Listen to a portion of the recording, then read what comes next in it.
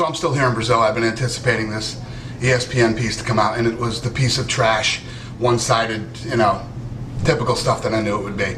And I know I get a little fired up about this stuff. I need to calm down, but people don't realize, ESPN doesn't care about the sport. ESPN hates this sport. They won't even cover it.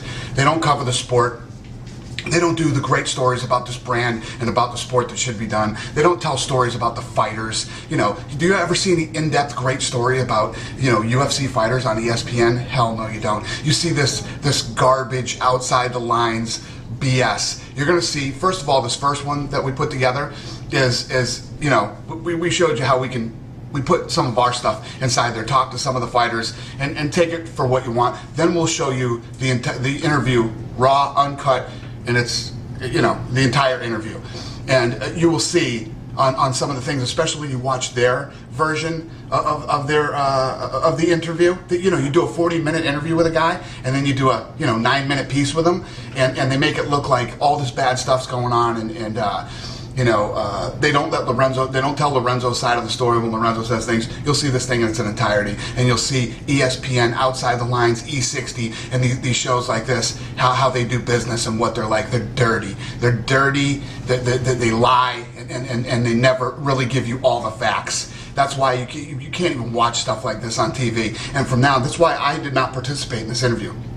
I refuse to participate in the interview, and I will never participate in any more interviews like that. And if I do, this is the only way they will be done, where we film them filming us. Thanks, guys. Our story, as you well know, is about the issue of UFC fighter pay. Sure. How has fighter pay evolved as this company has grown in terms of the revenue picture? Sure. Fighter pay has increased every year since we owned the company. And that was even in the years when we were losing money. Every single time we put on a fight, me and my brother had to fund those fights and make sure that the money was there, that those checks cleared. They love this sport, and that's why they got involved, and that's why they kept doing it when they kept going into the hole. There was no money to be made until they made the commitment to build this sport. It was in about 2005 when we started the reality show, The Ultimate Fighter, which really created the widespread exposure of what the UFC was. And our numbers started to grow pretty significantly. Since that time, fighter pay has outpaced our revenue growth. I was a cop. I was making maybe $30,000 a year. It's not horrible, but I quit. I did The Ultimate Fighter, and needless to say, after The Ultimate Fighter, I made substantially more in 1 year with the UFC than I would have working 15 years in law enforcement. What we consistently heard was that the fighters make somewhere in the neighborhood of 10% of overall revenue. Right. How accurate is that assessment? That's completely inaccurate. Whoever's telling you that has no idea what the fighters are being paid or what our revenues are or business are. It's not even close to being accurate. What I make in a fight is not just what's reported by the commission by any means. I mean, you have opportunities to make a lot of the cash besides what's, on the dotted line when you contract. I get paid fairly, just lump sum, going in, get beat up in 2 minutes.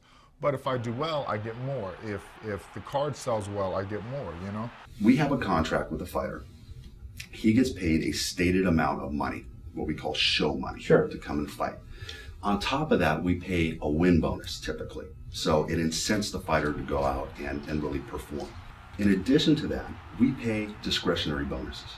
No different than any other company that may be out there. Maybe it's just part of our culture. We came from a kind of a corporate background. We pay for performance. There's bonuses, which is, submission of the night, knockout of the night, fight of the night. I've had a bonus where a fight I lost, and they appreciated that it was a great fight, and I got hit with like 70 G's, So, how could you complain about that? That is awesome. We evaluate the fighter, that fight, that card. Did the fighter perform? Did he exceed his performance?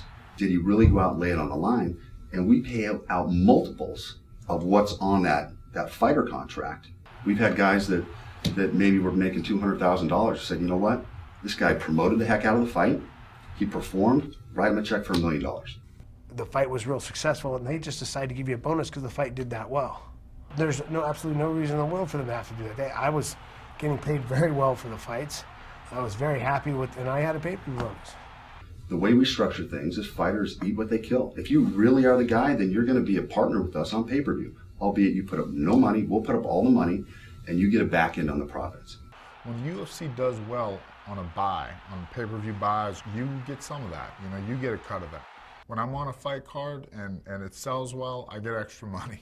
Look, I'm not going to lie to you. The fighters we talked to, they love getting the money. I'm sure they do. But a number of them talked about the bonus structure as a method of control. And one of them even said to us, the following. He said, they keep you guessing, so you can't really complain. You just have to, his words, kiss their ass to make sure you get one, meaning a bonus. Is it kiss their ass, or do you have to perform like any other company in America?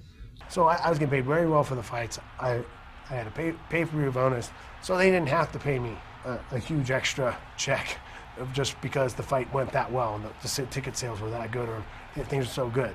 They didn't have to do that, but they did because they felt I deserved it. The UFC gave me every opportunity, and fights went my way. I won a couple big fights. I did, a couple good things, had some decent performances, and that's why I get a lot of money. We spoke to one fighter, a high-profile guy and a top draw, who said if he were to speak out about the issue of fighter pay, it would mean the end of my career. You're the guy who runs this company. Yep. Why is it that guys can't even talk about the subject? Anybody can talk about anything. We've had plenty of situations where fighters have come out and made statements. Tito Ortiz, it's no secret. There's been a number of issues, where he's come out in the past, criticized the way we did business, criticized us, saying he's going to go somewhere else. I guess we got to renegotiate things because me and Chuck, our friendship's not worth the money we're getting paid if you ask me. I don't know, I guess we'll be going to Japan to fight, possibly. Let me tell you what, Tito Ortiz just fought twice in the last 90 days. He's made millions and millions of dollars. There's no problem. In the sport of boxing, there's something called the Muhammad Ali Act, which, among other things, requires promoters to disclose to boxers how much money their bout generates in terms of revenue. Fighter gets to know how much his blood, sweat, and tears generates. And yet, in this sport, with the UFC, you can say it's a private company and that's proprietary information. Why not lay it out there? Well, if a fighter wants to know, they have audit rights. These guys They have audit rights in their contract. Guys that get it back in on the pay-per-view can walk right in the office right here. In fact, they can bring in an accounting team and they go through the whole thing. We're not hiding anything from anybody. It's just that we don't publish it for everybody to see. We're not a public company. There's no reason for us to do that. And once again, a lot of the fighters don't want people to know how much money they make because, believe me, it would make their lives a lot more difficult. You can do an interview on any company you want, and you're going to get people that don't feel like that maybe they're making enough money or they're disgruntled or whatever it may be.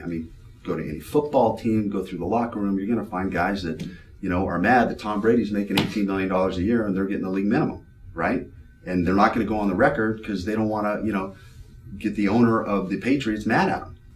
The UFC has guys that technically they lose money on, that they're paying $10,000, $15,000 to fight, that nobody's really watching. Nobody bought the pay-per-view to see that guy. Maybe like 300 people, his hometown, if he's lucky, But they're paying that guy to get better, to keep fighting, because maybe he'll catch on and he'll be that next thing. So what the UFC is really doing is paying kind of a stable of fighters and giving them the opportunity to make it big. ESPN would you agree, it's the most profitable cable network in the world. Analyst estimates from Wall Street, it's a public company, say ESPN's going to make $2.8 billion in EBITDA this year, right? Well, it's Wait. interesting. It's interesting you even ask that question. No, this is interesting though, because I went and looked back. ESPN, do you know what fighters make on ESPN fights? There was a guy who walked away in this last fight here in Vegas. Now you're above my pay grade. Well, wait a second. You don't need me. I'm just telling Yeah. you. He walked away with $275 for a 4-round fight. I think 6-6 is pretty good. Compared to that, there's multiple guys on those ESPN cards that make in the hundreds of dollars. I can tell you that our fights that we put on cable, on Spike TV or on Versus, we pay 10 times to the fighters that ESPN pays to their fighters. 10 times. 10 times. And we don't make $2.8 billion. Let me tell you that right now. For these guys that are just starting off in the UFC and they're, they're starting off with whatever number they're starting off with. They have a good night. Next thing you know, they're getting a sick payday, you know? And that opportunity is for a guy that's been with them like myself for 10 years, or a guy that's is green and is his first time in there. They're putting an investment in all the guys, you know, all of us. The UFC wants you to succeed. The more any fighter succeeds, the more they succeed. I mean, even guys that aren't making a fortune are making enough to where they don't have another job and they can concentrate on getting better as a fighter to where they can, you know, to put themselves in the position to make that good money. They spend their money the way that they think can best grow the sport, and that includes across the board taking care of the fighters. There's a perception out there that UFC management enjoys the status quo, and if the fighters were to try to organize in any way, shape, or form, that they meet serious resistance. Look, we enjoy the status quo. The fighter pay continues to go up every year. That's a pretty good status quo. These guys are making more money than they've ever made. Some of these guys are set for life. Being a UFC fighter created a tremendous amount of opportunity for not only me, but my whole family.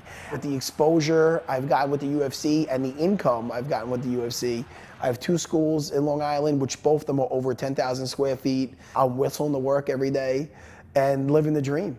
People pay to see me fight, so I've been paid well. I've been, you know, fortunate enough to help my family, help my friends, help my parents, help my wife's parents. You know, I've been really lucky, you know. I got to do what I love for a living. I get paid very well. I'm secure enough. I don't have to work again. Since 2005 to today, once we started actually generating enough revenue so we're not losing money, we've paid out over $250 million to our fighters. You guys are doing the wrong story here. The story isn't that. The story is all the millionaires that we've made. We're here. Kenny said, we made our money together, and it's all business.